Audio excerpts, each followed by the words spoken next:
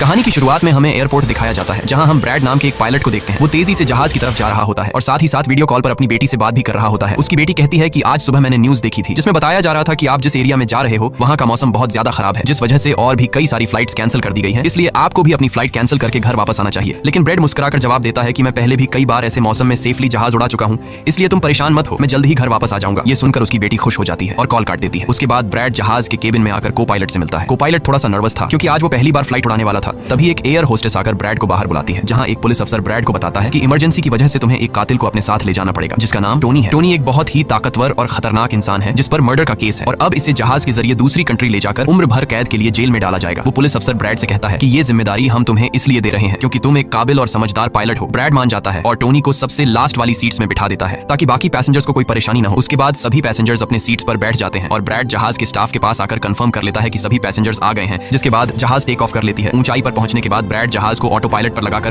को पायलट के साथ अपनी फैमिली के बारे में बातें करने लगता है। ब्रैड को पायलट को मोबाइल में अपनी बेटी की फोटो दिखाता है और कहता है कि मैं अपनी बेटी से बहुत प्यार करता हूं और हमारा इस दुनिया में एक दूसरे के अलावा और कोई भी नहीं है। दूसरी तरफ जहाज में बैठे पैसेंजर्स सफर को एंजॉय कर रहे होते हैं, लेकिन उन्हें पता नहीं था कि कुछ देर बाद उनके साथ बहुत ही बुरा होने वाला है। केबिन में बैठे दोनों पायलट्स भी खुश थे और जहाज भी नॉर्मल तरीके से फ्लाई कर रहा था, लेकिन तभी अचानक मौसम खराब हो गया और जहाज हल्के से झटके लेने लगा, जिस वजह से ब्रैड परेशान हो जाता है क्योंकि उसे कुछ ठीक नहीं लग रहा था। वो सभी मुसाफिरों को सीट बेल्ट बांधने के लिए अनाउंस करता है और रेडियो के जरिए वो कंट्रोल टावर से बात करने की कोशिश करता है, पर उसकी बात नहीं हो पाती क्योंकि मौसम खराब होने की वजह से यहाँ के सारे रेडियोज काम करना बंद कर देते हैं। तभी अचानक बिजली का तेज झटका प्लेन से आकर लगता है, जिस वजह से प्लेन जोर जोर से झटके लेने लगता है। ब्रैड पैसेंजर्स का हाल देखने के लिए केबिन से बाहर जाता है। पैसेंजर्स को देखकर ब्रैड को थोड़ा बहुत सुकून मिल जाता है क्योंकि सभी पैसेंजर्स सेफ थे, पर यहाँ अब धीरे धीरे लाइट बंद होती जा रही थी और तभी प्लेन को कई और झटके लगते हैं, जिससे ब्रैड का सिर सामने छत से टकराकर नीचे गिर जाता है और उसके माथे पर चोट लग जाती है। इस सूरत हाल को देखते हुए सभी पैसेंजर्स की हालत खराब होने लगी थी। ब्रैड जल्दी से वापस केबिन में आकर अपने साथी के साथ मिलकर प्लेन को संभालने में लग जाता है। ये उनके लिए काफी मुश्किल टाइम था। मौसम खराब होने की वजह से उन्हें आगे कुछ भी नहीं दिखाई दे रहा था। ब्रैड कहता है कि हमें प्लेन को नीचे लाना होगा क्योंकि अगर प्लेन को एक और झटका लगा तो प्लेन तबाह हो सकता है। ये लोग फौरन जहाज का अल्टीट्यूड कम करने लगते हैं और जहाज तेजी से नीचे की तरफ जाने लगता है। जहाज के अंदर मौजूद पैसेंजर्स काफी ज्यादा डरे हुए थे। तभी क्रिमिनल टोनी के साथ जो पुलिस अफसर आया होता है उसके हाथ से मोबाइल छूट जाता है। वो अपने मोबाइल फोन को उठाने के लिए अपना सीट बेल्ट खोल लेता है, जिसकी मदद करने के लिए एक एयर होस्टेस भी अपना सीट बेल्ट खोलकर आगे आती है।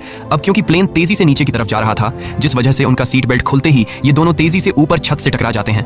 ये दोनों इतनी तेजी से छत से टकराते हैं कि उनकी तुरंत मौत हो जाती है। इतने में जहाज काफी कम अल्टीट्यूड पर आ जाता है और किसी तरह करके ये दोनों पायलट जहाज को कंट्रोल कर लेते हैं। लेकिन अब जहाज में ज्यादा पावर नहीं बची होती, इसलिए ब्रैड जहाज को एयरपोर्ट तक नहीं पहुंचा सकता था, जिस वजह से ब्रैड जहाज को नीचे लाकर समंदर में क्रैश लैंड करने का सोचता है। लेकिन तभी ये दोनों कुछ दूर एक आइलैंड देख लेते हैं, जिसके बाद ब्रैड जहाज की डायरेक्शन आइलैंड की तरफ कर लेता है और आइलैंड पर लैंड करने का फैसला करता है। कई मुश्किलों के बाद ब्रैड इस आइलैंड पर मौजूद एक रोड पर फाइनली इमरजेंसी लैंड कर लेता है। लकीली इस इमरजेंसी लैंडिंग में सभी पैसेंजर्स सही सलामत होते हैं और किसी को भी चोट नहीं आती। तभी जहाज में पीछे शॉर्ट सर्किट होता है, जिससे देखकर ब्रैड खुश हो जाता है क्योंकि जहाज में अभी भी थोड़ी बहुत बिजली बची हुई थी। सभी पैसेंजर्स के जहाज से उतरने के बाद एक एयर होस्टेस कैप्टन ब्रैड को बताती है कि क्रिमिनल टोनी को ले जाने वाला पुलिस अफसर मारा गया है और एक एयर होस्टेस भी मारी गई है। ये सुनकर ब्रैड बहुत ज्यादा मायूस हो जाता है। दूसरी तरफ एयरलाइन कंपनी का मालिक देखता है कि उसका एक जहाज अचानक गायब हो गया है क्योंकि उसने प्लेन को लैंड होते हुए नहीं देखा था और काफी देर से रेडियो खराब होने की वजह से उसका पायलट से कांटेक्ट भी नहीं हो पा रहा था। इसीलिए वो एयरलाइन कंपनी का मालिक स्कार्सडेल नाम के एक रेस्क्यू एक्सपर्ट को बुलाता है जो ऐसे लोगों को ढूंढने का काम करता है जो मुश्किल में कहीं फंसे हुए होते हैं। एयरलाइन कंपनी का मालिक उसे कहता है कि मुझे मेरे प्लेन्स की सारी डिटेल्स चाहिए, जैसे वो कहां गया, उसके वर्कर्स और सभी पैसेंजर्स कहां हैं। जिसके बाद रेस्क्यू एक्सपर्ट अपने काम पर लग जाता है। दूसरी तरफ सारे पैसेंजर्स इस सोच में थे कि हम यहाँ क्यों उतरे हैं। ब्रैड सभी पैसेंजर्स को इकट्ठा करके समझाता है कि इमरजेंसी की वजह से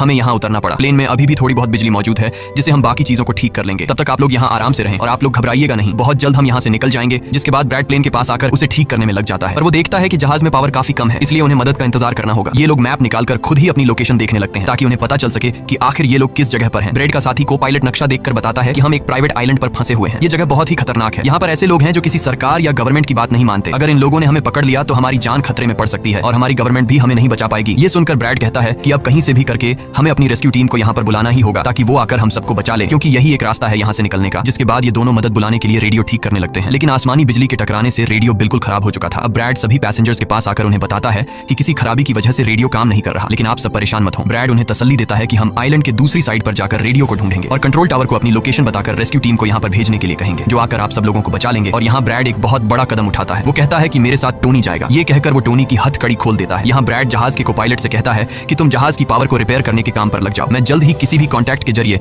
रेस्क्यू टीम को यहाँ तक लाने की कोशिश करूंगा। जिसके बाद टोनी और ब्रैड रेडियो ढूंढने के लिए जंगल की तरफ निकल पड़ते हैं। रास्ते में टोनी ब्रैड को उस पर भरोसा करने के लिए थैंक्स कहता है। अब हम इस आइलैंड पर रहने वाले आतंकवादी ग्रुप को देखते हैं जिनके पास एक आदमी दौड़ कर आता है और वो आदमी उस ग्रुप के लीडर को बताता है कि यहाँ आइलैंड पर एक प्लेन आकर रुका है इमरजेंसी की वजह से और उसके अंदर बहुत सारे लोग हैं जो अलग अलग कंट्रीज से हैं। ये सुनकर ग्रुप का लीडर उस आदमी को कुछ पैसे देता है और ग्रुप का लीडर अपनी टीम से तैयार होने को कहता है। आइलैंड के जंगल में ब्रैड और टोनी आगे बढ़ रहे होते हैं। टोनी ब्रैड से पूछता है कि तुमने मुझे आजाद क्यों किया और अब मुझे कहां लेकर जा रहे हो। तब ब्रैड उसे कहता है क्योंकि मैं तुम्हारी वजह से सबको खतरे में नहीं डाल सकता और यहाँ एक खतरनाक आतंकवादी ग्रुप है जिसका मेरे साथ मिलकर तुम्हें सामना करना है। तब टोनी ब्रैड से कहता है कि मैं एक मिलिट्री बैकग्राउंड से हूँ और मैं यूएस मिलिट्री में कई साल ड्यूटी कर चुका हूँ। कुछ ही देर में पीछे से टोनी की आवाज आनी बंद हो जाती है। जब ब्रैड पीछे मुड़कर देखता है तो टोनी वहां नहीं था। वो ब्रैड से अपनी जान छुड़ाकर भाग चुका था और अब ब्रैड अकेले ही जंगल में आगे निकल पड़ता है। जंगल में आगे बढ़ते हुए ब्रैड एक खाली पड़ी फैक्ट्री में जाता है जहां वो एक टेलीफोन को ढूंढ लेता है, लेकिन वो पुराने जमाने का टेलीफोन खराब पड़ा हुआ था। जिसके बाद ब्रैड साइड पर लगे उस टेलीफोन के तार जोड़ने लगता है और टेलीफोन काम करने लग जाता है। ब्रैड जल्दी से कंपनी के हेल्पलाइन पर कॉल करता है। ब्रैड हेल्पलाइन को अपनी लोकेशन और सब कुछ बता देता है, लेकिन लाइन में कोई गड़बड़ी होने की वजह से सामने वाले इंसान तक उसकी आवाज ठीक से नहीं पहुंच रही होती, जिस वजह से हेल्पलाइन वाले ब्रैड की कॉल काट लेते हैं। तब ब्रैड को एक आइडिया आता है। वो अपनी बेटी को कॉल करता है और उसे अपनी लोकेशन और बाकी सारी चीजें एक पेपर पर लिखकर उसके ऑफिस तक पहुंचाने को कहता है। तभी बातचीत के दौरान पीछे से एक आदमी आकर ब्रैड पर हमला कर देता है, लेकिन ब्रैड उसे काफी मुश्किल से काबू कर लेता है और उस आदमी को मार मार कर बेहोश कर देता है। तभी ब्रैड को महसूस होता है कि एक और आदमी इस कमरे में आ रहा है, इसीलिए जल्दी से वो छिप जाता है। पर वो आदमी कोई और नहीं बल्कि टोनी था, जिसने बहुत सारे गुंडों को मारकर उनके हथियार ले लिए थे और वो ब्रैड को आवाज देता है कि डरो मत, बाहर निकलो। फिर जब ब्रैड सामने आता है तो टोनी ब्रैड को एक बंदूक पकड़ा देता है उसकी हिफाजत के लिए। उसके बाद ये दोनों जब फैक्ट्री के नीचे वाले फ्लोर में आते हैं तो यहाँ उन्हें एक कैमरा मिलता है, कैमरा की रिकॉर्डिंग और वहाँ पड़े पासपोर्ट से इन्हें पता चलता है कि इस आइलैंड पर रहने वाले आतंकवादी लोगों को किडनैप करके उनकी फैमिली से काफी बड़ी रकम की डिमांड करते हैं और जब किडनैप किए हुए बंदे की फैमिली की तरफ से उन्हें पैसे मिल भी जाते हैं तब भी ये लोग उसे छोड़ने के बजाय मार देते हैं। ये देखकर ब्रैड समझ जाता है कि हमारे पैसेंजर्स भी खतरे में हैं। जिसके बाद ये दोनों बाहर निकलते हैं और सामने उन्हें एक गाड़ी दिखाई देती है। ये गाड़ी उस आतंकवादी की थी जो कुछ देर पहले ब्रैड के हाथों मारा गया। अब ये दोनों बाहर खड़ी गाड़ी में बैठ जाते हैं और अपने पैसेंजर्स की तरफ जाने लगते हैं। उधर सभी पैसेंजर्स ब्रैड के इंतजार में बैठे हुए होते हैं कि ब्रैड जल्द ही उनके लिए मदद लेकर आ जाएगा। तभी उन्हें किसी गाड़ी की आवाज आती है। गाड़ी की आवाज सुनकर ये लोग खुश हो जाते हैं और ये लोग समझते हैं कि ब्रैड उनके लिए रेस्क्यू टीम बुला लिया है। लेकिन ये रेस्क्यू टीम नहीं बल्कि इस आइलैंड पर रहने वाले आतंकवादी थे। वो लोग गोलियां चलाकर सभी पैसेंजर्स को डराने लगते हैं। उन गोलियों की आवाज ब्रैड और टोनी ने भी सुन ली थी। जिसके बाद ये लोग कार की स्पीड बढ़ाकर जल्दी से प्लेन तक पहुंचने की कोशिश करते हैं। आतंकवादी ग्रुप का लीडर एयर होस्टेस से सभी यात्रियों की लिस्ट मांगता है। डर के मारे जल्दी से एयर होस्टेस उसे लिस्ट लाकर दे देती है। फिर गैंग का एक आदमी को पायलट से पूछता है कि तुम्हारा सीनियर पायलट कहां पर है, जिस पर को पायलट बताता है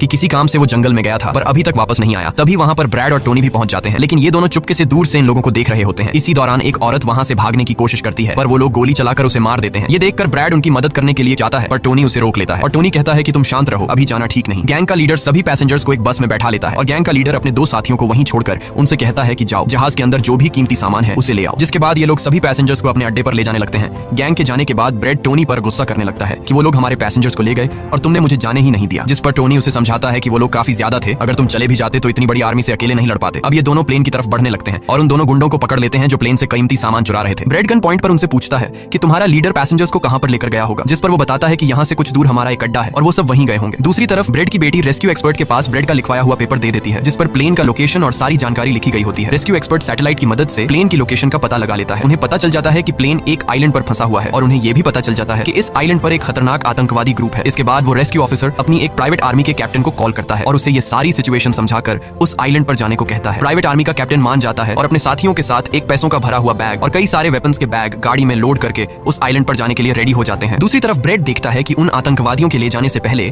जहाज के को पायलट ने जहाज का पावर सिस्टम रिपेयर कर लिया था और ब्रैड देखता है कि जहाज में पावर वापस आ गई है, जिसे देखकर वो बहुत खुश हो जाता है। अब ब्रैड आने वाले प्राइवेट आर्मी टीम के लिए अपनी यूनिफॉर्म पर एक मैसेज लिखकर छोड़ देता है और टोनी के साथ उस जगह पर निकल पड़ता है जहां गैंग वाले प्लेन के सभी पैसेंजर्स ले गए थे। जंगल के रास्ते से होते हुए ये दोनों उन आतंकवादियों के अड्डे पर पहुंच जाते हैं और ये दोनों गाड़ी से निकलकर चुपके से उस जगह में घुस जाते हैं जहां वो सारे गुंडे पैसेंजर्स को डराकर उनकी वीडियोस बना रहे थे ताकि ये वीडियोस इनकी फैमिली को भेजकर उनसे पैसे वसूल सकें। दूसरी तरफ रेस्क्यू एक्सपर्ट की तरफ से भेजी गई प्राइवेट टीम भी प्लेन के पास पहुंच जाती है, पर उन्हें वहां जब कोई नहीं मिलता तो टीम का लीडर प्लेन के अंदर जाकर चेक करता है जहां उन्हें 2 लोगों की लाशें मिलती हैं। ये वो 2 लोग थे जिन्हें गैंग के लीडर ने प्लेन में से सारा कीमती सामान चुराने का कहा था, लेकिन ब्रैड ने उन दोनों को मार दिया। प्राइवेट टीम के कैप्टन को ब्रैड का छोड़ा हुआ मैसेज भी मिलता है जो उस आतंकवादी गैंग के अड्डे तक आने का रास्ता था। आतंकवादियों के अड्डे पर टोनी और ब्रैड चुपके से उन पर नजर रखे हुए थे और जैसे ही उन्हें मौका मिलता है ये दोनों चुपके से पीछे से आकर 2 आतंकवादियों को मार देते हैं। फिर ये दोनों चुपके से आगे बढ़ते हैं और एक कमरे के बाहर जा पहुंचते हैं। इस कमरे के अंदर सभी पैसेंजर्स को कैद करके रखा गया था। अब ब्रैड इन लोगों को छुड़ाना तो चाहता था पर वहां बहुत सारे गार्ड्स पहरा दे रहे थे और ब्रैड के पास दरवाजे का ताला खोलने की चाबी भी नहीं थी। इसके बाद ये दोनों एक एक करके उन गार्ड्स को मार गिराते हैं और टोनी तो हथौड़ा उठाकर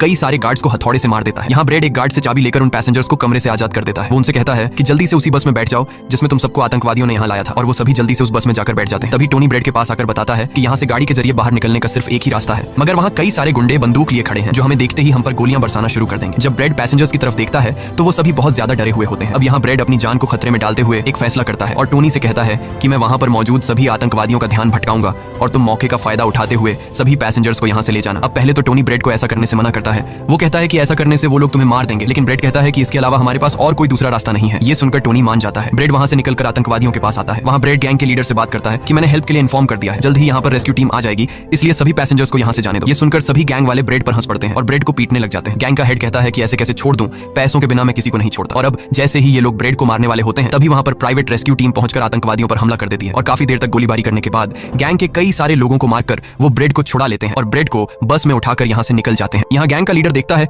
कि उसके कई सारे साथियों के साथ उसका छोटा भाई भी मारा गया। ये देखकर वो बहुत ज्यादा गुस्सा हो जाता है और कसम उठाकर कहता है कि वो इन लोगों में से एक को भी नहीं छोड़ेगा और सभी को चुन चुन कर मारेगा। इसके बाद वो अपनी टीम से कहता है कि जल्दी से तैयारी कर लो, हम जल्द ही इन लोगों को मारने के लिए निकलेंगे। बस में प्राइवेट टीम का कैप्टन सभी को बताता है कि हम बस 5 लोगों की छोटी सी एक प्राइवेट टीम है जो बस तुम्हें यहाँ बचाने के मिशन पर आए हैं और हम कोई रेस्क्यू टीम नहीं है। रेस्क्यू टीम को यहाँ आने में कुछ टाइम और लगेगा। ये सुनकर ब्रेड घबरा जाता है और कहता है कि हमारे पास टाइम नहीं है क्योंकि गैंग वाले जल्द ही हमारे पीछे आएंगे और हमें देखते ही मार डालेंगे। पर मेरे पास एक आइडिया है। जहाज के पास पहुंचते ही ब्रेड सभी पैसेंजर्स से कहता है कि जहाज में पावर वापस आ चुकी है, यानी अब जहाज स्टार्ट हो जाएगा और हम लोग फौरन यहाँ से निकल जाएंगे, इसलिए आप सब लोग जल्दी से जहाज में बैठ जाओ क्योंकि हम रेस्क्यू टीम का इंतजार नहीं कर सकते। उन्हें यहाँ आने में वक्त लगेगा और अगर हम यहाँ रुके तो उन आतंकवादियों के हाथों मारे जाएंगे। ये सुनकर सारे लोग प्लेन में बैठ जाते हैं जबकि ब्रेड प्लेन की तमाम चेकिंग करने में लग जाता है और प्राइवेट टीम के लोग पहले से आने वाले खतरे के लिए तैयार बैठ जाते हैं। तभी अचानक वो आतंकवादी ग्रुप आकर उन पर हमला कर देता है, जिन्हें देखकर प्राइवेट टीम उन्हें रोकने में लग जाती है और यहाँ दोनों तरफ से काफी गोलीबारी होती है। और इस प्राइवेट टीम के पास काफी अच्छी गन्स थी जिस वजह से वो बहुत सारे गुंडों को मार देते हैं। ब्रेड जल्दी से प्राइवेट टीम के लीडर को बताता है कि मैं अगले 5 मिनट बाद जहाज को स्टार्ट करने वाला हूँ और तुम सब भी जल्दी से जहाज में चढ़ जाना। इसके बाद ब्रेड टोनी के पास जाता है और उसका शुक्रिया अदा करता है कि तुमने मेरे इतने मुश्किल वक्त में साथ दिया। ब्रेड खुद को गोलियों से बचाते हुए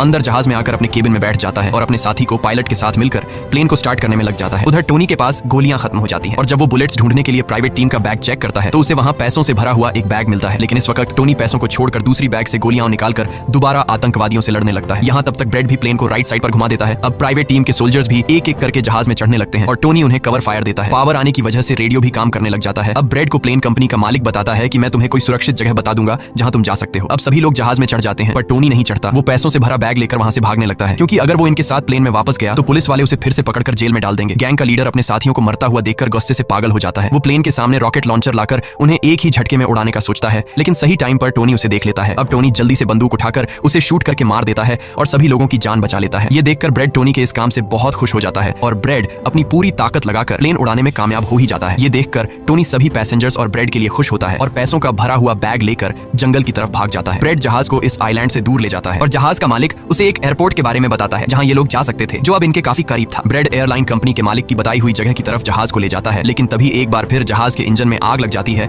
और जहाज तबाह होने लगता है। इसलिए ब्रेड दोबारा से इमरजेंसी वार्निंग ऑन करता है और धीरे धीरे जहाज को नीचे रनवे पर लाने की कोशिश करता है। फाइनली बड़ी मुश्किल के बाद ब्रेड जहाज को रनवे पर उतार देता है और सब लोगों की जान बच जाती है। ब्रेड और उसका साथी को पायलट काफी खुश हो जाते हैं। उधर प्लेन कंपनी का मालिक और उसकी टीम भी बेहद खुश थी। अब ब्रेड पैसेंजर्स का हाल देखने के लिए पीछे जाता है तो वो देखता है कि सभी पैसेंजर्स सेफ हैं और ये देखकर उसके दिल को सुकून मिल जाता है। वहाँ खड़े सभी पैसेंजर्स ब्रेड के लिए तालियां बजाने लगते हैं और ब्रेड का शुक्रिया अदा करते हैं। कुछ ही देर में वहाँ उनके लिए रेस्क्यू टीम भी आ जाती है जिसे देखकर सभी पैसेंजर्स खुश हो जाते हैं। यहाँ ब्रेड सभी पैसेंजर्स को रेस्क्यू टीम के साथ भेज देता है और कैप्टन फाइनली सुकून की सांस लेते हुए जहाज की सीढ़ियों पर बैठकर अपनी बेटी से कॉल पर बात करता है। इसी के साथ ये कहानी खत्म हो जाती है। अगर आपको वीडियो अच्छी लगी हो तो हमारे चैनल को सब्सक्राइब और वीडियो को लाइक जरूर कीजिएगा।